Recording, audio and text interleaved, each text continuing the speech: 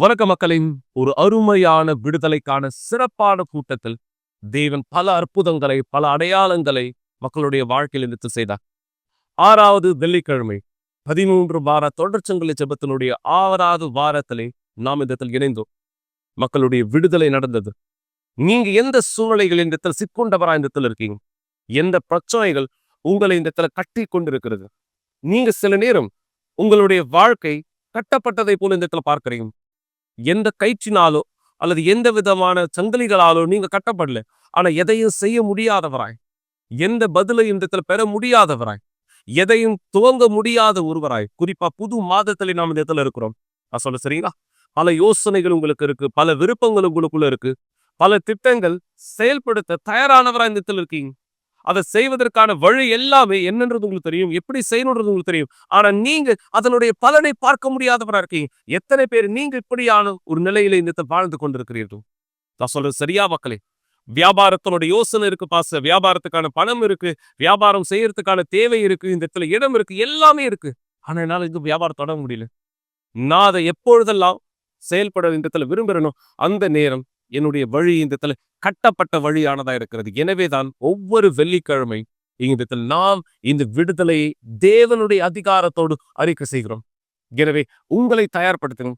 இந்த வெள்ளிக்கிழமை ஒருவேளை நீங்க தவற விட்டவராக இருக்கலாம். அடுத்த வெள்ளிக்கிழமை விசுவாசத்தில் எங்களோடு கூட இணைய உங்களை ஆயத்தப்படுத்துங்க. தேவன் உங்களுடைய வாழ்க்கையில் வல்லமை இந்த வெளிப்படுத்தட்டும். இந்த நேரம் இந்த விடுதலை உங்களுடைய வீடுகளுக்குள்ளாக இந்த நுழையட்டும். விசுவாசிக்கிறவராய் நீங்க இந்த நம்புறீங்கன்னா தேவன் உங்களுக்கும் அடையாளங்களை காமிப்பார். கண்களை மூடுங்க. இனாதவராக இயேசுவே, இதோ ஒரு வார்த்தை போதும் என்று அந்த மனுஷன் சொன்னான். அந்த வார்த்தை புறப்பட்ட போது வீட்டில் இருந்த அந்த வேலைக்கான சொஸ்தமானார். இதோ இந்த நிகழ்ச்சியை யார் பார்த்து கொண்டிருக்கிறார், எந்த இடத்திலிருந்து பார்த்து கொண்டிருக்கிறார், எந்த நாட்டிலிருந்து பார்த்து கொண்டிருக்கிறார், எந்த சூழ்நிலையிலே பார்க்கிறார் என்று தெரியாது. இவர் விசுவாசித்தால் இந்த வார்த்தை இவருடைய வாழ்க்கை நிஜமாகட்டும். வியாதியில் இருக்கக்கூடியவர் குணமடையட்டும். கட்டுண்டவர்களாய் இருக்கிறவர்கள் விடுதலை பெறட்டும். இந்த அசுத்தம் இவருடைய வீடுகளில் வாழ்க்கையிலிருந்து வெளியேறட்டும்.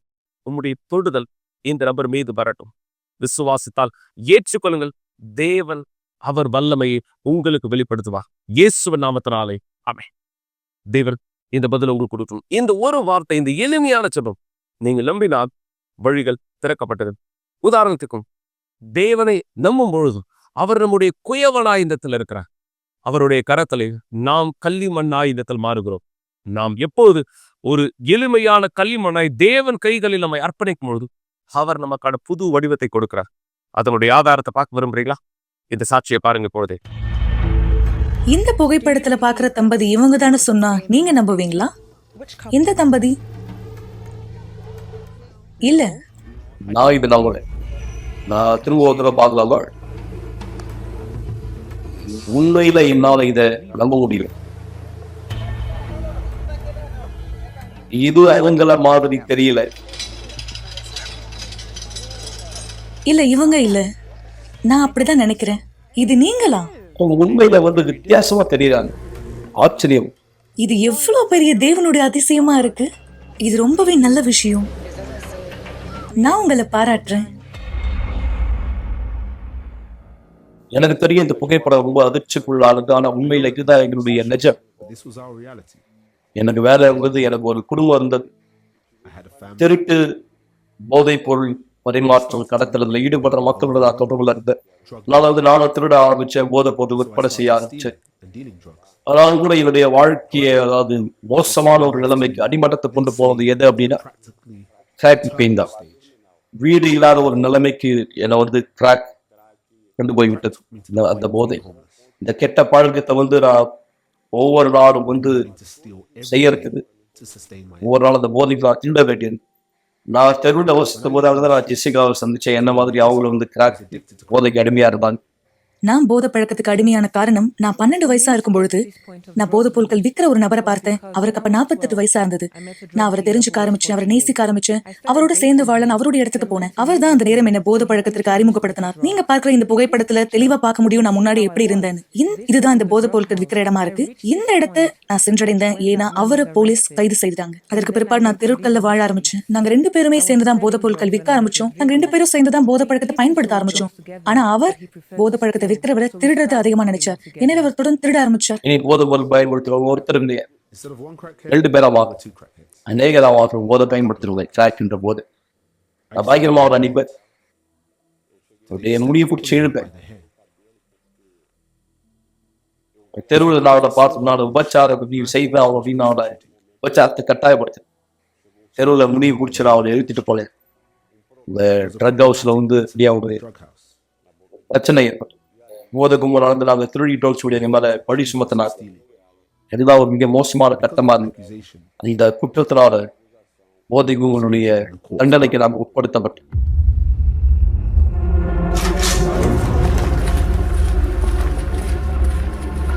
இதுதான் என் வாழ்க்கையில நான் அடைந்த மோசமான ஒரு நிலம். எல்லா விதத்துல எங்களை அடிச்சாங்க. ஸ்டீல் பார் வச்சு, மரக்கட்டையை வச்சு எங்களை அடிச்சு பல மரக்கட்டைகள் உடைந்தது. அந்த அளவுக்கு அடிச்சாங்க. அங்க 50 பேர் 60 பேருக்கு மேல இருந்தாங்க. எங்களால வானத்தை கூட நிமிர்ந்து பார்க்க முடியல. see the sky. எங்களால எதையுமே பார்க்க முடியும். நான் வாழ்ந்த அடி மட்டும் தான். எலும்புகள் முறிகிற அளவுக்கு என்னுடைய கை எலும்பு உரிந்தது. My arm broken. இது எங்க 2 பேருக்குமே நடந்தது இல்லையா? என்னுடைய கை அப்படியே நிலைச்சு போச்சு.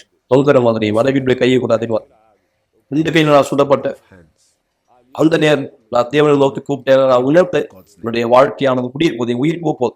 அதனுடைய பிரதிபலன் தேவனை நோக்கி நான் கூக்குரல் செய்தவருடைய விளைவு அவர்கிட்ட சொன்னேன். நீங்க இந்த நிலைமையிலிருந்து இந்த வெளியே கூட்டு வந்தீங்கன்னா இந்த மோசமான நிலைமையில் If he took நான் திரும்பவும் இந்த பழைய வாழ்க்கைக்கு வரமாட்டேன். எனக்கு தெளிவாக நினைச்சு அவங்க சொல்றது இவங்களை போட்டுடுங்க பணம் பண்ணிடலாம். அந்த சாதனை போகும் எல்லா துப்பாக்கி நிலைகளை நோக்கி நீட்டப்பட்டிருந்தது. கடைசி அவ்வளவுதான். இருந்தாலும் அந்த நேரம் தான் கர்த்தர் அவர் இந்த இடத்துல வெளிப்படுத்தினார்.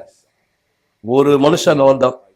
அவள குற்றத்துல ஈடுபட்டிருந்த ஒருத்தர் ஏழுக்குடியா எங்களுக்கு செய்தாரு அப்படின்னு அவங்க கேட்டா அவங்க தேவன் தான் அந்த மனுஷன் அங்க அனுப்புனார். it was God அவன் யாருன்னு தெரியாது. திடீர்னு அவங்க வந்தான். அவங்க என்ன 2 பேரும் எழுத்துருங்கன்னு சொன்னாங்க. இதுதான் மோசமான ஒரு நிலை. என் உடம்புல பல எலும்பு முறிவுகள், worst thing because my என் மனைவியுடைய உடம்புல வந்து பல இடத்துல எலும்பு முறிவுகள் ஏற்பட்டிருந்தது. அந்த நேரத்துல also had the majority. எங்க உடம்புல கூடு துளைத்து இருந்தது. அதாவது We had bullets உயிர் in our bodies.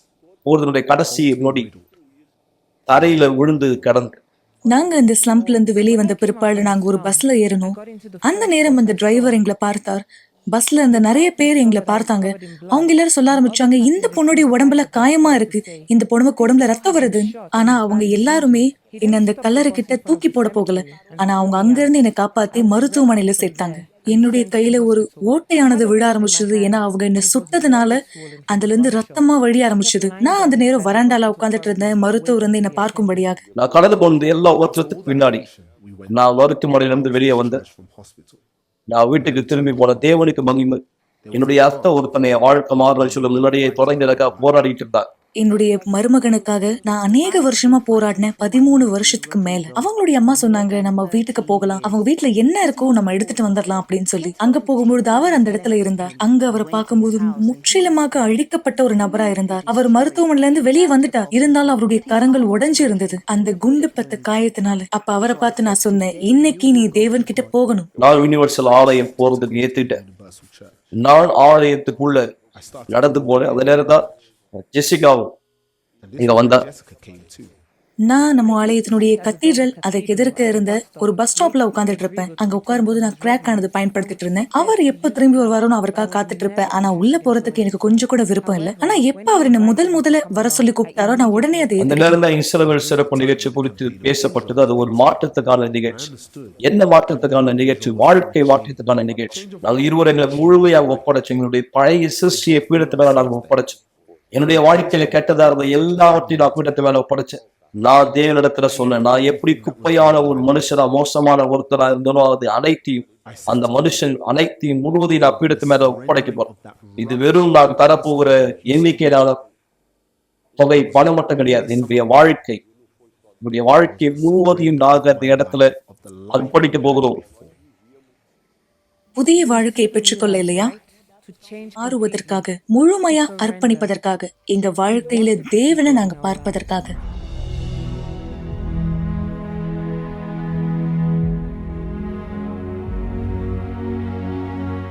நான் தேவனிடத்துல சொன்னேன், தேவனே எல்லாவற்றையுமே நான் அர்ப்பணிக்கிறேன். என்னுடைய பழைய சிற்சியை நான் அர்ப்பணிக்கிறேன். நீங்க எல்லாத்தையுமே புதுசா மாத்துவதற்காக. எனக்கு பொருள் ரீதியா எதுவுமே வேணாம். ஆனா உங்களுடைய ஆவி எனக்கு வேணும். பீடத்துல இருந்து நான் கீழே இறங்கி வரும்பொழுது எனக்கு எல்லாமே புதுசா தெரிஞ்சது. அந்த நேரம் எனக்குள்ளாக உறுதி இருந்தது, தேவன் என்னை முழுமையா ஏற்றுக்கொண்டார். உண்மையிலேயே எங்களுக்குள்ளாக மாற்றங்கள் ஏற்பட்டது என்பதாக 2 பேருமே தெளிவா கவனிச்சேன்.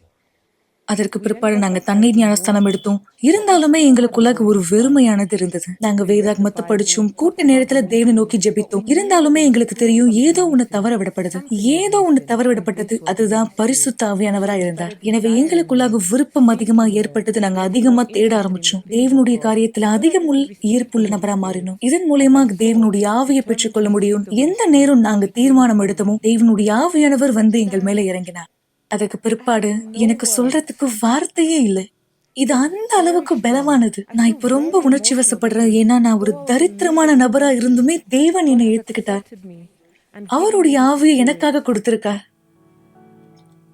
இது ரொம்பவே அருமையானது.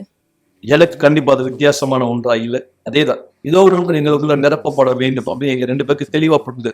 தானியேல் உபவாசத்தின் இடத்துல பரிசுத்த ஆவியின் வாழ்க்கையின் மேல் வந்திறங்கினார். came upon my life.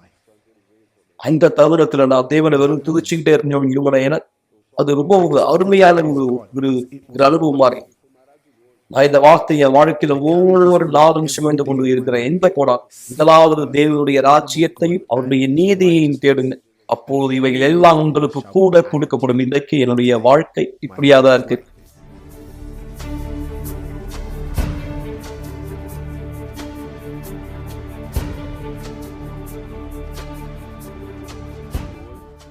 இன்றைக்கும் With the Holy Spirit, பரிசுத்த ஆவியோடு தேவனுக்கு மகிமை.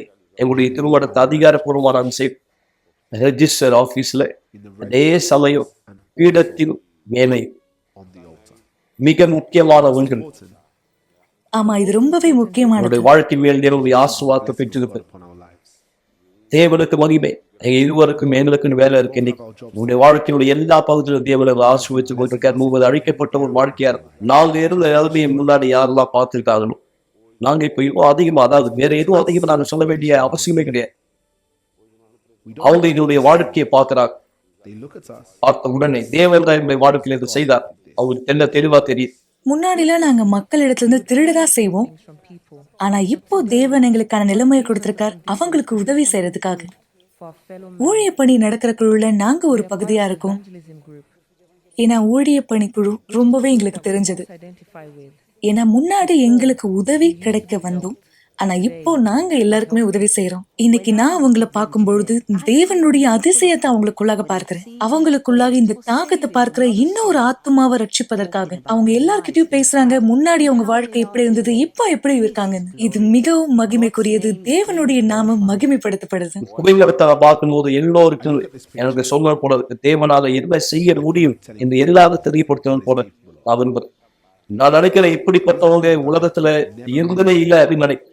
ஒரே ஒரு காரணத்தால் மட்டும்தான் பரிசுத்த ஆவி ஒரு வாழ்க்கையில என்ன செய்ய முடியும் என்பதை உலகத்திற்கு காண்பிக்கும் நோக்கத்தோட மட்டும் இருக்காரு. இன்னைக்கு எப்பொழுதுமே உங்க குடும்பத்தின் மீது சோர்ந்து போகாதீங்க. எல்லாருமே உங்களை பார்த்து சொல்லலாம், இது நடக்காத விஷயம் இல்ல, இது கண்டிப்பா நடக்கும். ஏன்னா தேவனே அவருடைய வார்த்தையில சொல்லியிருக்காரு, மருத்துவர் நன்றாக வாழ்கிற நபருக்கு கிடையாது, யாரு வியாதியா இருக்காங்களோ அவங்களுக்கு தான். நான் தேவனுக்கு மிகவும் நன்றி செலுத்தவரை துதிக்கிறேன்.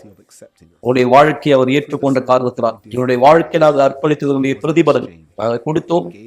பரிமாற்றத்தினால பரிசுத்தாவை நாங்கள் பெற்றுக்கொண்டோம். ஒரு பரிமாற்றம். பரிசுத்தாவை பெற்றுக்கொள்ள நாங்கள் எங்கள் வாழ்க்கையை கொடுத்தோம். மிக நிச்சயம் நீங்க பார்த்த பிரகாரம் எவ்வளவு அருமையானதுன்றது பாருங்க. உங்களுடைய வாழ்க்கையை தேவன் கையில் ஒப்படைக்கும் பொழுது நீங்க யாராவது இருந்தாலும், நீங்க எப்படியான ஒருவராய் உங்க வாழ்க்கை இந்த இடத்துல வாழ்ந்து கொண்டிருந்தாலும், எந்த தவறான சூழ்நிலையிலே நீங்கள் உங்களுடைய வாழ்க்கையை வாழ்கிற ஒருவராய் இந்த இடத்துல இருந்தாலும், மக்களே இது எவ்வளவு அழகானதுன்றது பாருங்க. தேவன் ஒரு குயவனாய் உங்களை அவர் வடிவமைக்கிறார். தேவன் ஒரு குயவனாய் உங்களுக்கு ஏற்ற ரூபத்தை வடிவத்தை அவர் தருகிறார்.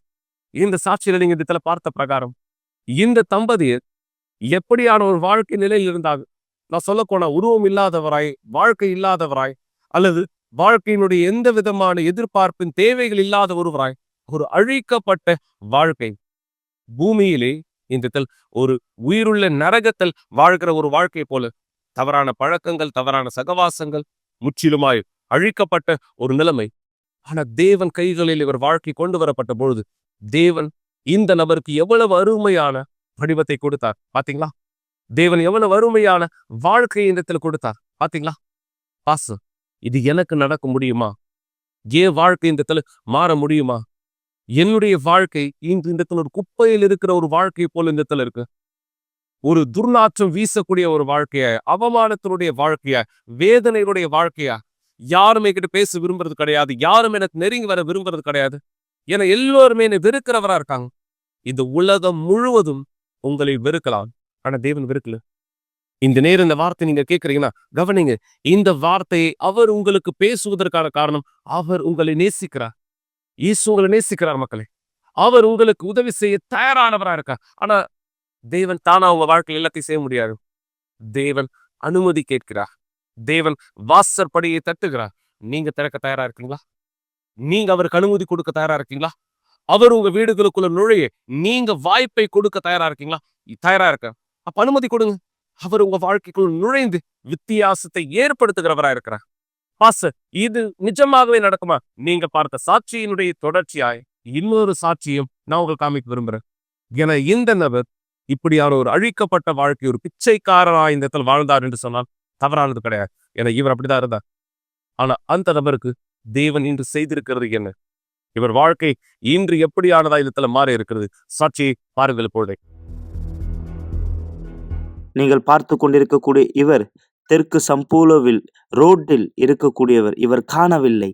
இங்கே இருக்கும் எல்லா தெருவிலையும் இவர் சுற்றி கொண்டு இருப்பவர். நான் இவரை நிறைய முறை பார்த்துருக்கேன். நான் விடிய காலையில இவரை நிறைய முறை பார்த்துருக்கேன். பிச்சைக்காரர் போல இருப்பாரு. இந்த குப்பை தொட்டிகளை மக்கள் குப்பை போடுவாங்கல்ல, அங்க வந்து இவர் எல்லாத்தையும் திறந்து பார்த்துட்டு இருப்பாரு. அந்த குப்பைகள்ல எதனா தேடுவார், உணவு இருக்கா சாப்பிட்றதுக்குன்னு.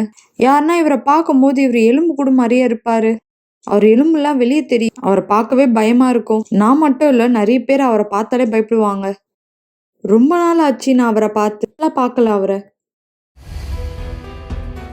இப்ப அவரை பார்க்கும்போது எப்படிப்பட்ட ஒரு வாழ்க்கையா இருக்கு? ஆ என்னால் நம்பவே முடியல, சொல்ல வார்த்தையே இல்லை. அது நீங்க தானா? ஆமா. ஆ என்னாச்சு உங்களுக்கு?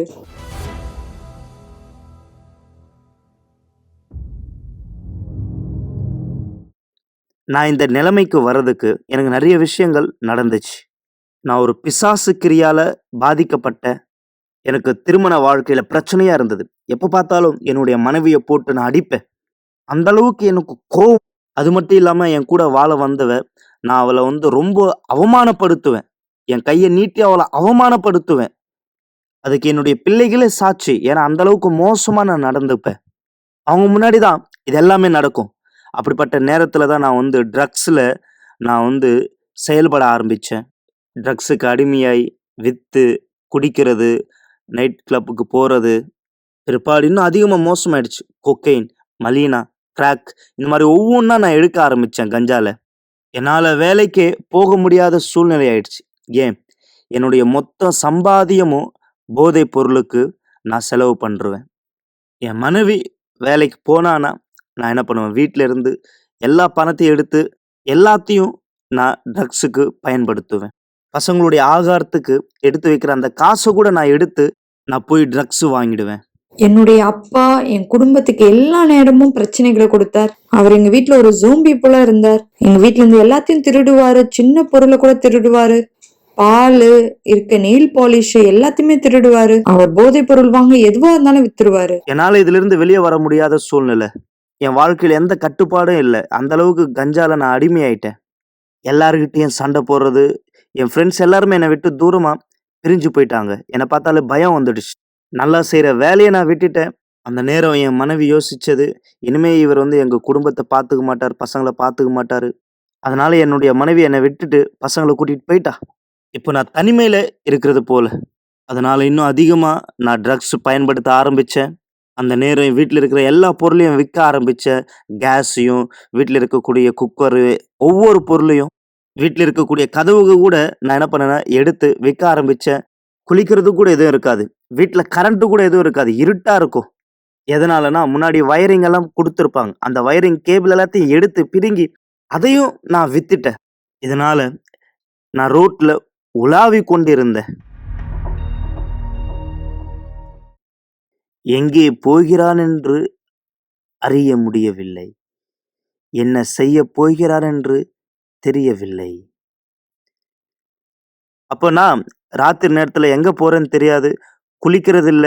குளிக்கலனா தொடர்ந்து 5 நாள் சாப்பிடாம இரவு நேரத்துல நான் ரொம்ப கஷ்டப்பட்டேன். ராத்திரி நேரத்துல 1 மணி நேரம் நான் நடந்து போவேன். எங்க போவேன்னு தெரியாது. ரோட்ல ஏதாவது பணம் கிடைக்குமா? சாப்பிட ஏதாவது கிடைக்குமா? இப்படியெல்லாம் யோசிச்சேன். நான் தொடர்ந்து 75 நாள் குளிக்காம இருந்தேன்.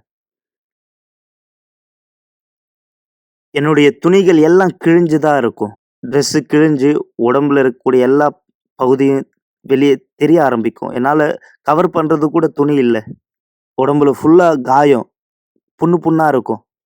முன்னாடி என்னுடைய அம்மா இருக்கும்போது என்னை பார்த்துருப்பாங்க. ஆனா என்னுடைய அம்மா இல்ல. அவங்களுக்கு ஹார்ட் அட்டாக். அவங்க இறந்துட்டாங்க. அவங்களுடைய இறப்பு ஒரு மனக்கசப்பா இருந்தது. ஏன்னா என் பையன் இப்ப இப்படி ஆயிட்டானே அப்படின்ற ஒரு எண்ணத்துல இறந்துட்டாங்க. இதனால இந்த உலகத்துல நான் அனாதை ஆயிட்டேன்.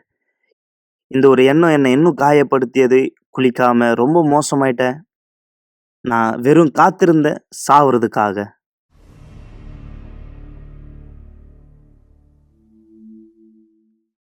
எப்படியாகிலும் ஒருவர் இருளில் இருக்கும்போது வெளிச்சத்தை கண்டடைவார்கள். அந்த ஒரு நாள் யுனிவர்சல் ஆலயத்திலிருந்து ஒரு நபர், ரொம்ப நாளா என்ன தெரியும் அவங்களுக்கு. என் சூழ்நிலை எப்படிப்பட்டதுன்றது அவங்களுக்கு தெரியும். அவர் அந்த பக்கமா போகும்போது இயேசு குறித்து என்கிட்ட சொல்வார். அவர் ஒவ்வொரு தடவை வரும்போது ஒரு வார்த்தை என்கிட்ட சொல்லிட்டு போவார். இன்னும் சொல்லப்போனா என் வீட்டுக்கு வருவார். என் வீட்டுல கூட நான் இன்னும் கஞ்சா பழக்கத்துக்கு அடிமையா இருந்தேன். அப்ப இவர் எனக்கு ஜெபம் பண்ணாரு. இப்ப எப்படி இருக்குன்னு கேட்டாரு. நல்லா இருக்கன்னாரு. ஆமா நல்லா இருக்கன்னேன். வில்லிங்டன் சகோதரரே, தேவனுடைய வார்த்தையில் சொல்லப்பட்டிருக்கு, எங்கு இருவர் கூடியிருப்போமோ அங்க தேவனுடைய பிரசனம் இருக்கும் என்று. தேவன் அங்கு இருப்பார் என்று சொல்லப்பட்டிருக்கு. நீ நம்புறியா? ஆமா நான் நம்புறேன். இயேசுவின் நாமத்தினால் ஆமென்.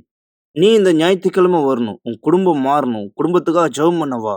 உன்னுடைய விடுதலைக்காக ஜெபம் பண்ணுவாங்க. சரியா? வருவியா? நீ வருவியா?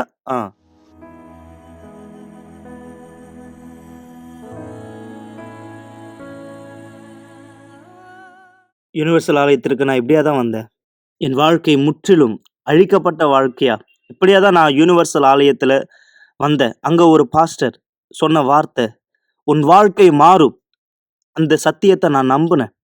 அங்க போதித்த அந்த போதனைகள் நான் கேட்டேன். என்னுடைய வாழ்க்கை மாறும் அப்படின்னு நான் நம்பினேன். உறுதியா நான் இயேசுவை ஏற்றுக்கொண்டேன். இனிமேலும் இந்த ட்ரக்ஸுக்கு நான் அடிமையா இருக்க மாட்டேன். அப்ப நான் ஆண்டவர்கிட்ட சொன்னேன், ஆண்டவரே, நான் எப்படி இந்த நம்பிக்கை இல்லாத வாழ்க்கைய வாழ்ந்தேன். நான் வாழ்றதுக்கே தகுதி இல்லை. இந்த நம்பிக்கையோடு தான் இருந்தேன்.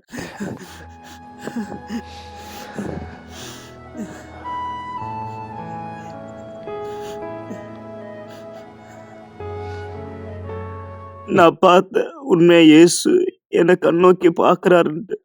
அந்த நேரம் நான் நம்பின உண்மையா ஆண்டவரை நான் என் அப்பாவா நம்பினேன்.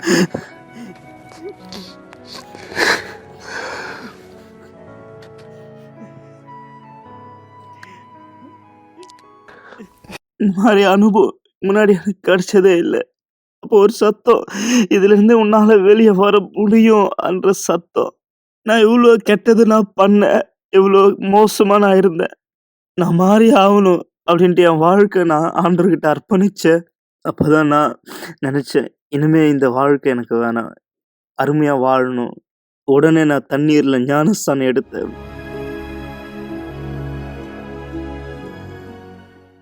வீதியில் உலாவிக் கொண்டிருந்தவன் மரித்தான். வில்லிங்டன் புது வாழ்க்கையை பெற்றுக்கொண்டான். அன்றையிலிருந்து புது பாதையில் நடந்தார். ரொம்ப நாள் கழிச்சு நான் தடவையா குளிக்க ஆரம்பிச்சேன். இனிமே நான் கஞ்சா பழக்கத்துல இல்லை. இனிமேல் நான் கெட்ட பழக்கத்துல இல்லை. காலையில சீக்கிரமா நான் எழுந்துப்பேன்.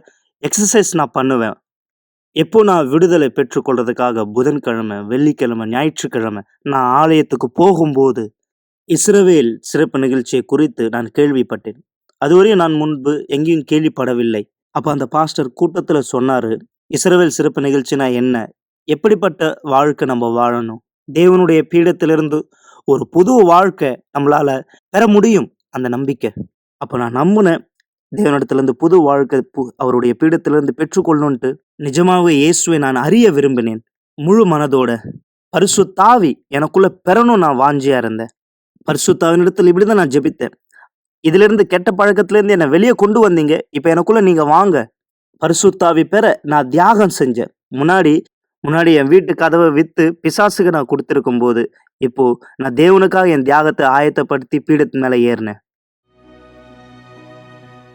வில்லிங்டனுடைய பாதம் இத்தனை நாளாய் அவர் சுற்றி திரிந்து கொண்டிருந்த பாதமாயிருந்தது. ஆனால் இப்போ அபிரகாமின் விசுவாசத்தின் பாதையில் நடக்கிறார். மோரியா மலையின் மீது அர்ப்பணித்தது போல. அப்போ நான் ஆண்டவர்கிட்ட கேட்டேன், இப்படிதான் நான் செஞ்ச இந்த தியாகம் எங்கிருந்து என்னை கூட்டிட்டு வந்ததுன்றது எனக்கு நல்லாவே தெரியும். ஆனா நான் விரும்பினது, ஆண்டவரே உனக்காக ஊழியம் பண்ணணும், எனக்குள்ள பரிசுத்தாவியானவர் வேணும். அப்போ பரிசுத்தாவி விட வேற எதுவுமே எனக்கு முக்கியமா தெரியல. அவர்தான் முக்கியமா நான் பார்த்தேன். எனக்கு அவர்தான் வேணும்னு நான் தீர்மானித்தேன். அப்ப எனக்கு நல்லா தெரியும், அந்த நாள் எனக்குள்ள புதுசா இருந்தேன்.